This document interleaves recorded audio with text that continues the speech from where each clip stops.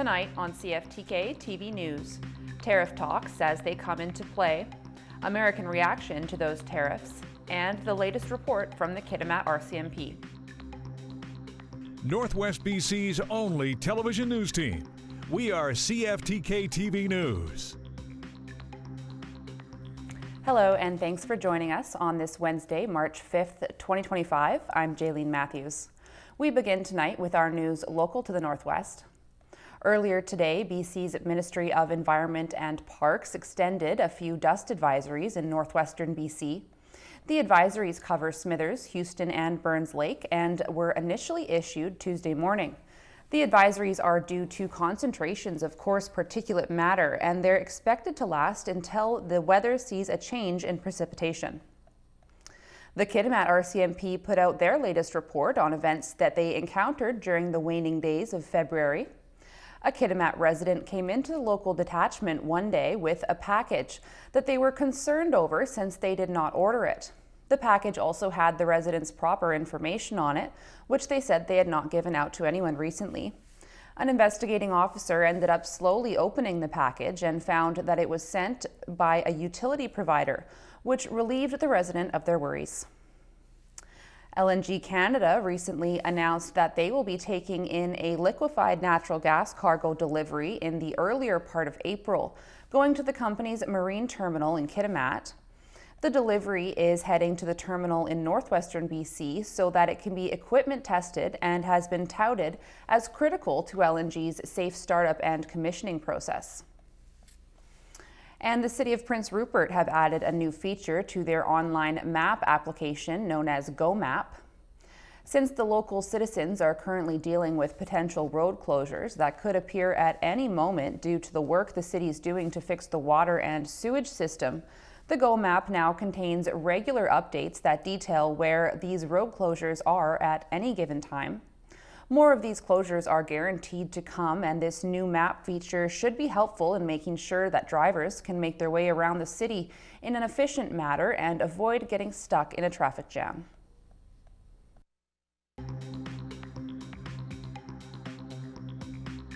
Coming up next, how the lumber industry will be affected. Thanks for staying with us. Just in, Trump will now pause 25% tariffs on Canadian-made autos for 30 days. The move apparently comes after Stellantis, Ford, and General Motors asked for help. The rest of the tariffs remain in play. Let's check in on Canadians to see how they reacted to the tariff implementation across the country.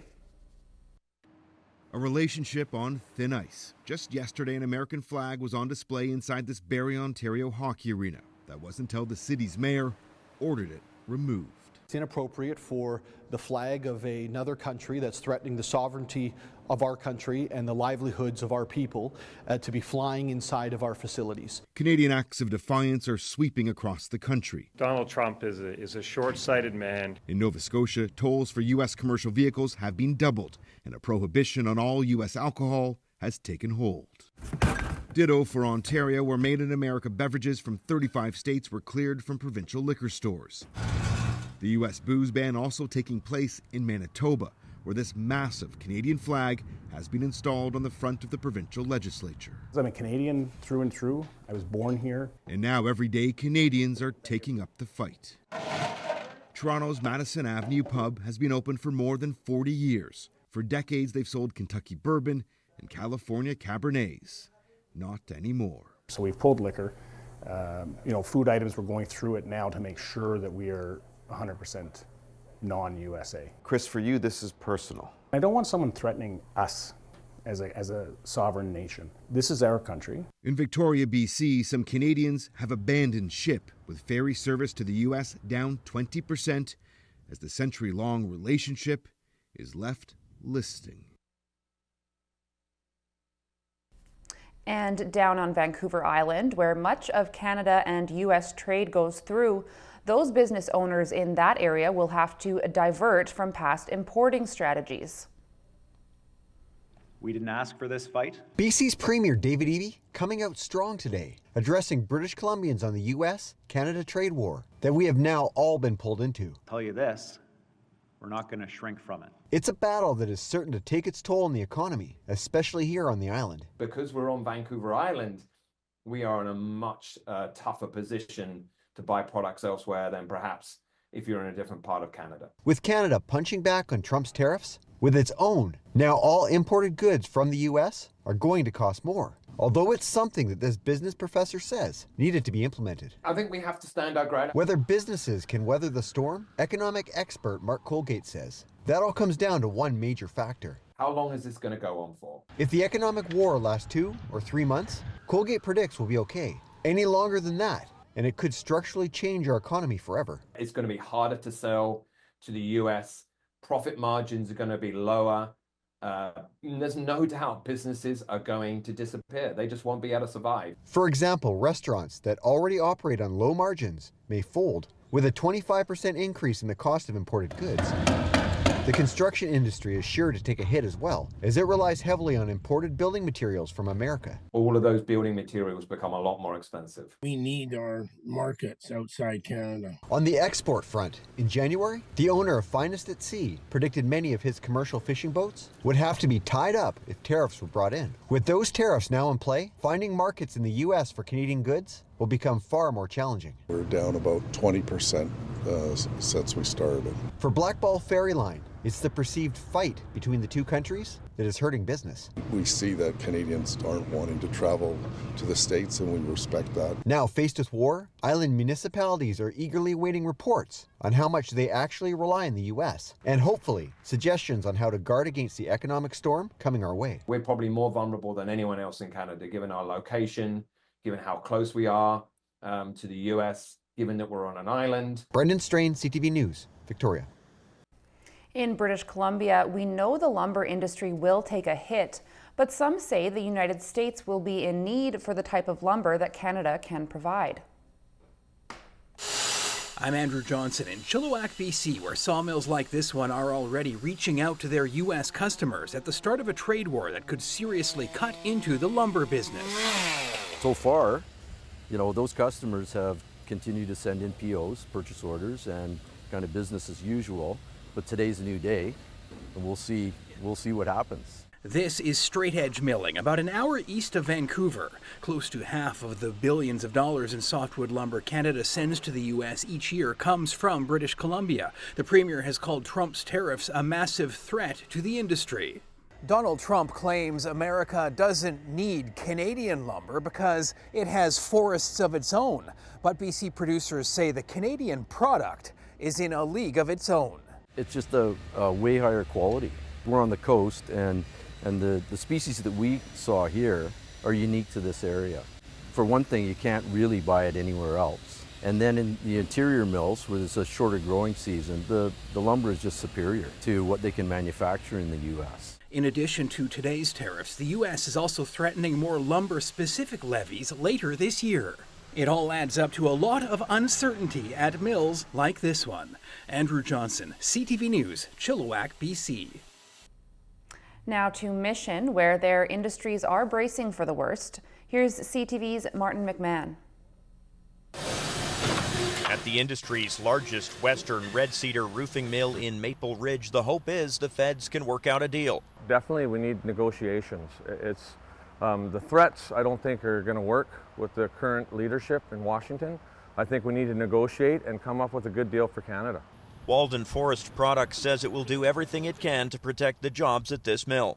For the forest industry, the layoffs are inevitable to some degree, just because the fiber supply has been cut for the forest industry.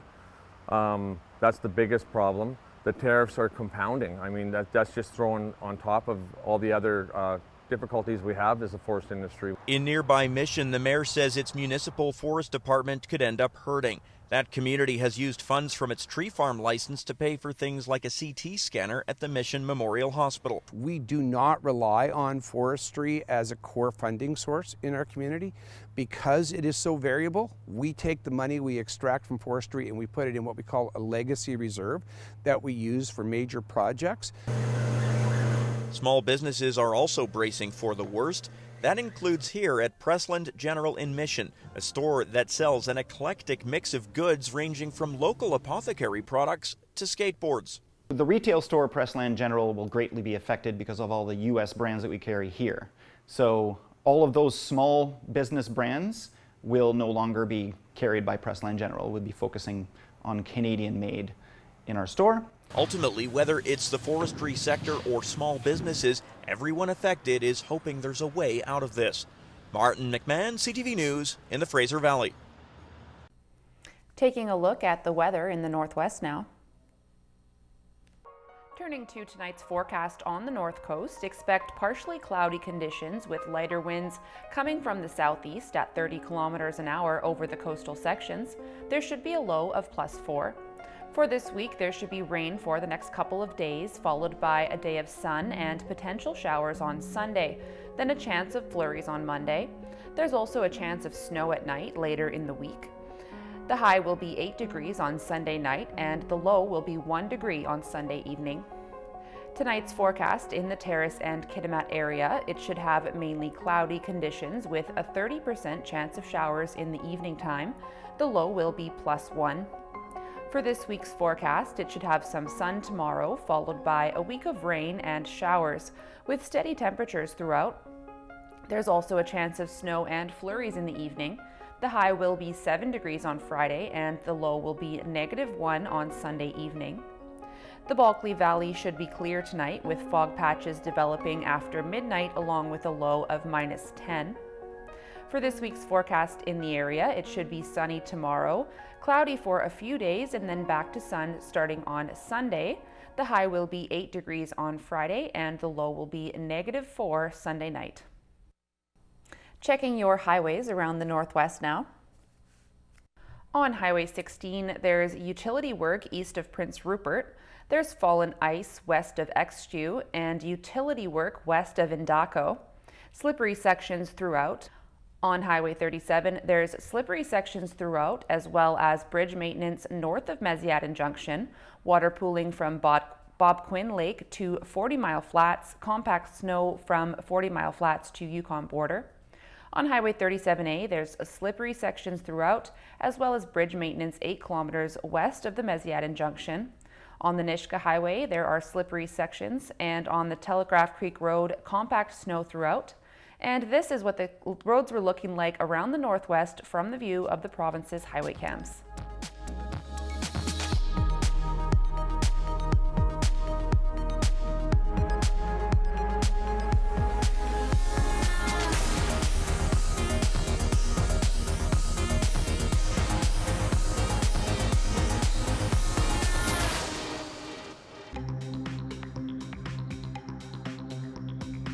Still to come, how Canadians react to tariffs.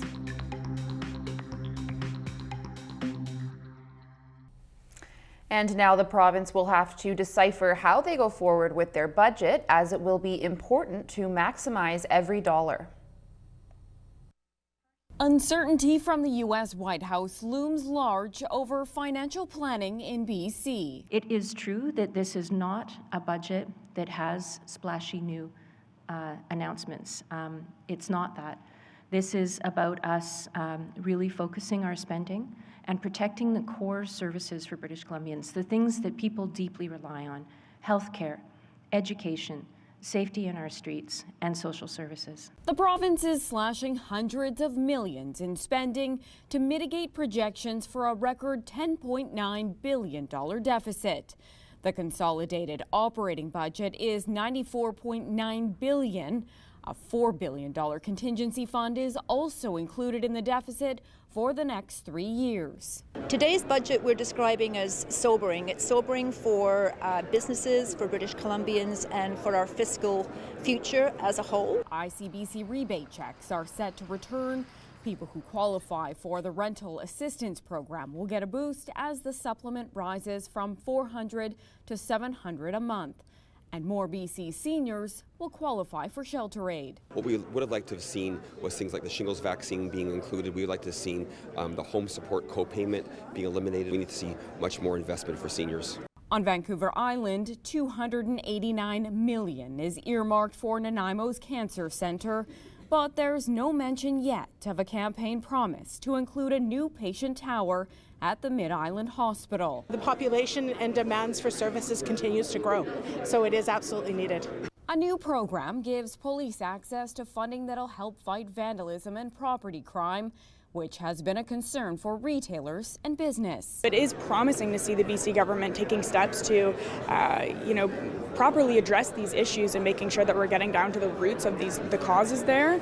But it remains to be seen whether this is a Band-Aid solution or, tangible steps forward to actually mitigate these challenges for small businesses. Economic growth is another key strategy, with new incentives to support Made in BC films and promises to fast-track 18 mineral and energy projects worth billions. We're in for tough times, but we are standing strong for BC, working with communities, workers, and businesses to strengthen our economy to create a BC where everyone can thrive. Yvonne Raymond, CTV News, Victoria. And in stock market news, numbers were dropping drastically yesterday as millions of shareholders are remaining cautious with their investments. As the opening bell sounded, there was little to cheer. Traders watching as markets, as of this morning, had wiped out all of the gains they'd made this year. And on Bay Street, some worried it was just the start of the pain. Trump's going to crash the bond market and the stock market. Yeah. This is the beginning. It's not over. At one point, Toronto's main index was down more than 2%, while stocks plunged in Europe, fell in Asia, and U.S. markets continued their sharp sell-off. The NASDAQ is officially in correction. That means it's down more than 10% from its high. Though the NASDAQ recovering slightly as the day wore on. I think investors are still somewhat hopeful that this won't evolve into a full-on trade war that lasts for a long period of time. Investors worry such a trade war could lead to higher consumer prices and reignite inflation, while slowing growth both in the U.S. and Canada, possibly leading to a recession. This is a big problem for Canada. This is a recession-sized problem. Still, given the U.S. president has historically viewed stock market performance as a key indicator of a success, some think the plunge could prompt him to reverse course. Nobody really knows the answer. I don't think the president of the U.S. knows the answer, to be honest. So we're going to have to wait and see here. Notably, though, despite all the chaos, the loonie stayed at around 69 cents U.S. Turning to today's stock markets now. The Canadian dollar rose by about half a cent. The price of gold rose $5.40. Oil dropped $1.95. Natural gas rose by 9 cents. And aluminum was up $10.50. In Toronto, the TSX was up 299 points. The Venture Index rose 1360. In New York, the Nasdaq rose 268 points, and the Dow Jones was up 486 points. Still ahead, the American reaction to imposed tariffs.